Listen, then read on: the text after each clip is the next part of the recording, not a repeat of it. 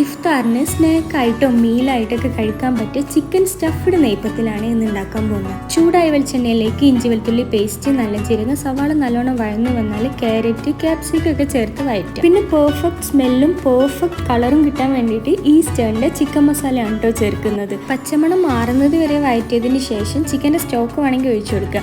ചിക്കന് ഉപ്പും സോയ സോസും വിനെഗറും ചേർത്തിട്ട് വേവിച്ചെടുത്തതാണ് കേട്ടോ.